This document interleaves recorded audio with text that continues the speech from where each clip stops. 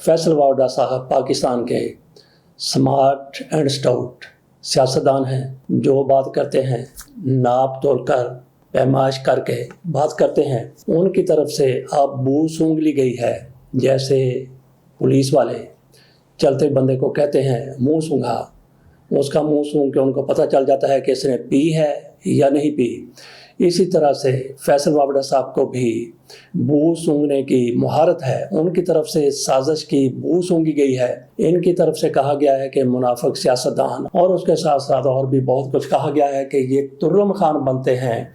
मुनाफिक सियासतदान और एनजीओ की साजिश पकड़ी गई है। ये फैसल वावडा साहब कहते हैं, जैसा कि हमने कहा कि ये स्मार्ट एंड स्टाउट है। स्टाउट का ये मतलब नहीं है कि 100 टाउटों का एक टाउट, बल्कि स्टाउट का मतलब यही है कि मजबूत जिस्म के मजबूत सियासत करने वाले ये सियासतदान है। आसिफ अली जरदारी को ये अपना वालिद भी कह चुके हैं, और इसके साथ साथ इनका और कौन वालिद, जाहिर है इनके अपने वालिद भी होंगे।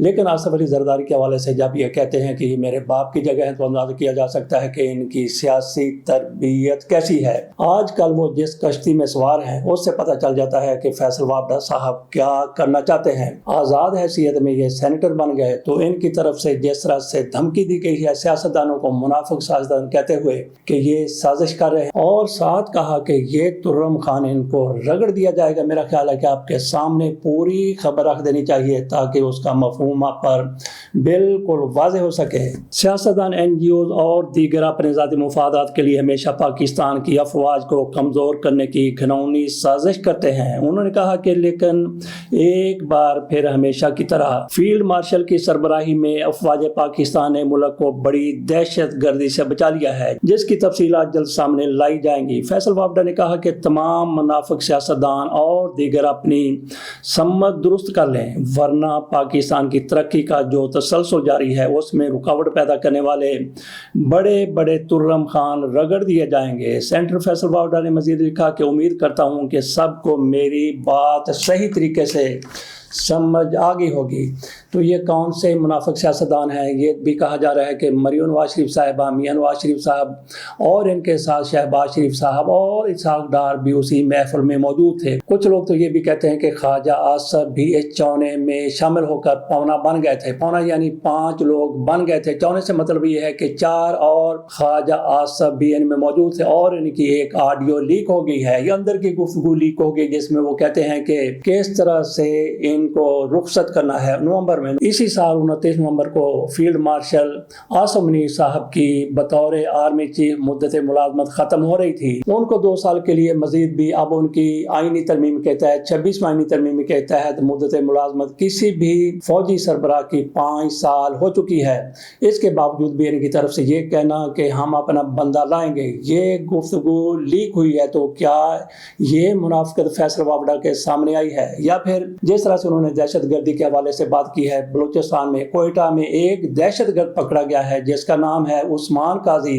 उसके बारे में कहा जाता है कि पढ़ा लिखा आदमी है, दानिश्वर, ये दहशतगर्द है, ये लेक्चरर है, इसकी वाइफ भी लेक्चरर है, और वो बंदा पकड़ा गया है। मजीद ब्रिगेड के साथ इसका तल्लुक बताया गया है। सरफराज बुगटी ने प्रेस कॉन्फ्रेंस में ये सारा कोई सामने रखा है। बात हम कर रहे थे फैसल वावडा साहब की कि उन्होंने कहा कि ये मुनाफिक सियासतदान है। क्या उनका इशारा इन पौनों की तरफ है, चौने की तरफ है, जो 4 या 5 लोग इकट्ठे हुए थे? इस हवाले से मजीद तफसीलात का भी इंतजार है। थोड़ी सी बात कर लेते हैं खैबर पख्तूनख्वा की। वहाँ पे बारिशें जिस तरह से तबाही कर रही हैं, वहाँ पे 400 के करीब लोग मौत के मुंह में जा चुके हैं, और हजारों लोग वहाँ पे डिस्प्लेस भी हो सकते हैं, अपने घरों से बेघर हो चुके हैं, और कुछ के बारे में कहा जाता है कि लापता भी हैं। फिर बात की जा रही है कि क्लाउड बरस्ट हुआ है। क्लाउड कैसे बरस्ट होता है? एक तो इस तरह से दिखाया जा रहा है कि क्लाउड इस तरह से बरस्ट होता है। अगर इस तरह से क्लाउड बरस्ट होता है, इस तरह से बारिश इसको ना कहें, इसको आप कहें कि आसमान से उतरा हुआ तूफान है, तो इसके आगे फिर कोई भी चीज़ नहीं बच सकती।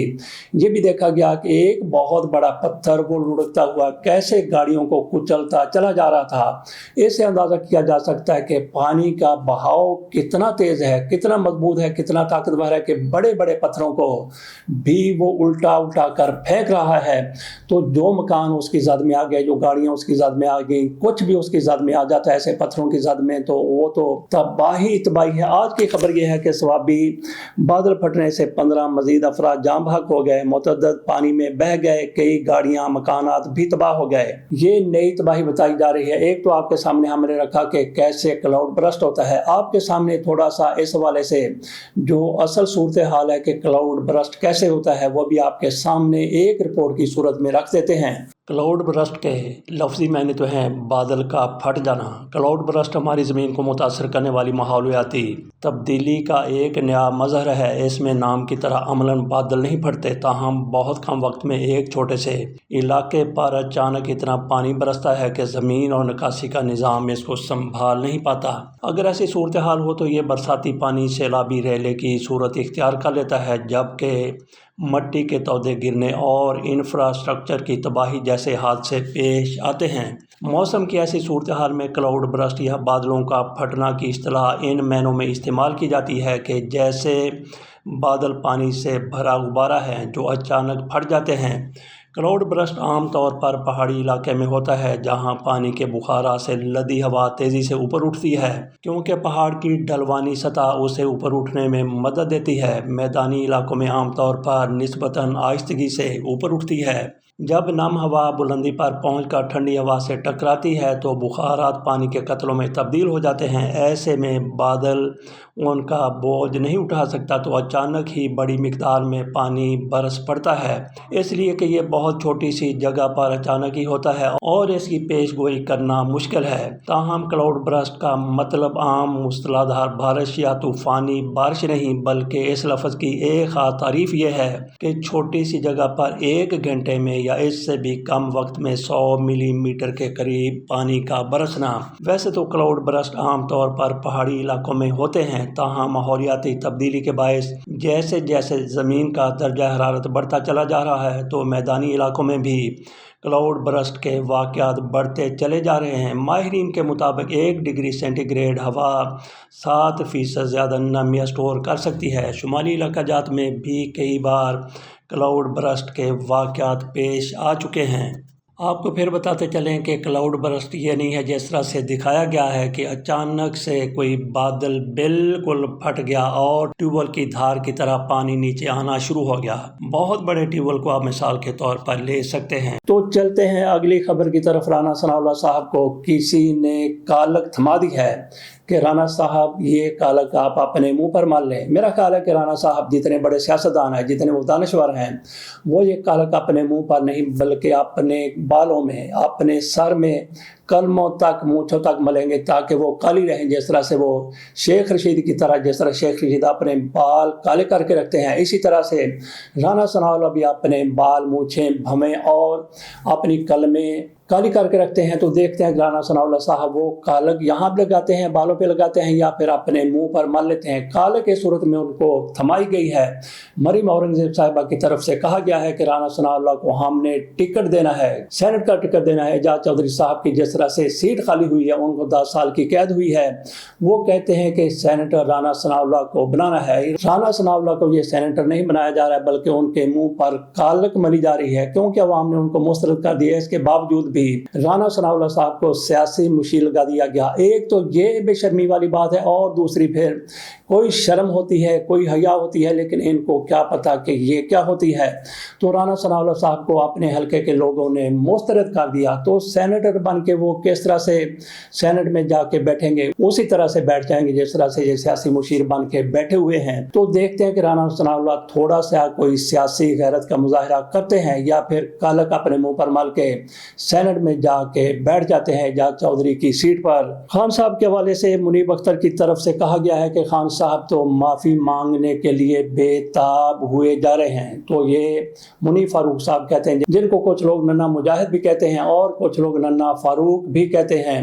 तो उनकी तरफ से ये कहा गया, तज्जिया पेश किया गया कि इमरान खान माफ़ी मांगने के लिए बिल्कुल बेताब बैठे हैं, बेकरार हैं, बेचैन हैं, फौरी तौर पर माफ़ी मांग लेंगे अगर उनको इक़्तिदार उनके हवाले कर दिया जाए। वो कहते हैं कि کہ آج ہی نہیں بلکہ عمران خان پہلے بھی اس پر تیار تھے کہ میں معافی مانگنے کے لیے تیار ہوں، ہر قسم کی معافی مانگوں گا، 9 مئی کے حوالے سے بھی معافی مانگوں گا، پاؤں پکڑنے کے لیے بھی وہ تیار تھے۔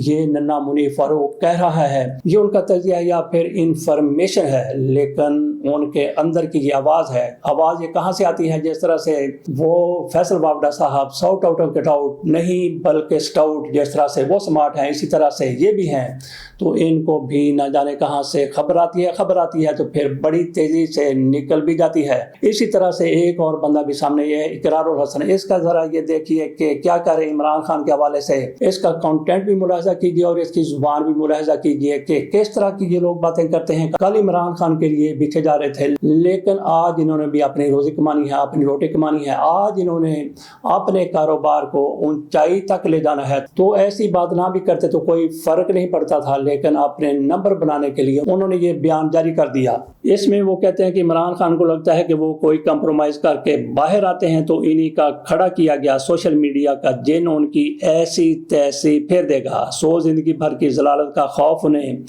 جیل میں رہنے پر مجبور کیے ہوئے ہے، کوئی اصول نہیں، اور ویسے بھی خان صاحب کا کبھی کوئی اصول رہا ہو تو بتائیے۔ یہ اقرار الحسن صاحب کی طرف سے پوسٹ کی گئی ہے یا ان کی طرف سے بیان دیا گیا ہے۔ عطا تاڑ صاحب کی سن لیجئے، پاکستان کے وزیر اطلاعات ہیں، ان کی طرف سے کہا گیا ہے کہ پاکستان کو مشکلات سے مریم نواز شریف صاحبہ اور شہباز شریف کی قیادت نے نکال لیا ہے، یہ کہیں اور جا کے پالش کر رہے ہیں اور اس کے ساتھ ساتھ مالش بھی کر رہے ہیں۔ تو ناظرین آپ کیا سمجھتے ہیں کہ پاکستان بحرانوں سے نکل چکا ہے؟ اگر پاکستان بحرانوں سے نکل چکا ہے تو عمران خان کا کوئی بھی پاکستان میں نام لینے والا نہ ہوتا بلکہ ان کی جائزہ کار کی جا رہی ہوتی۔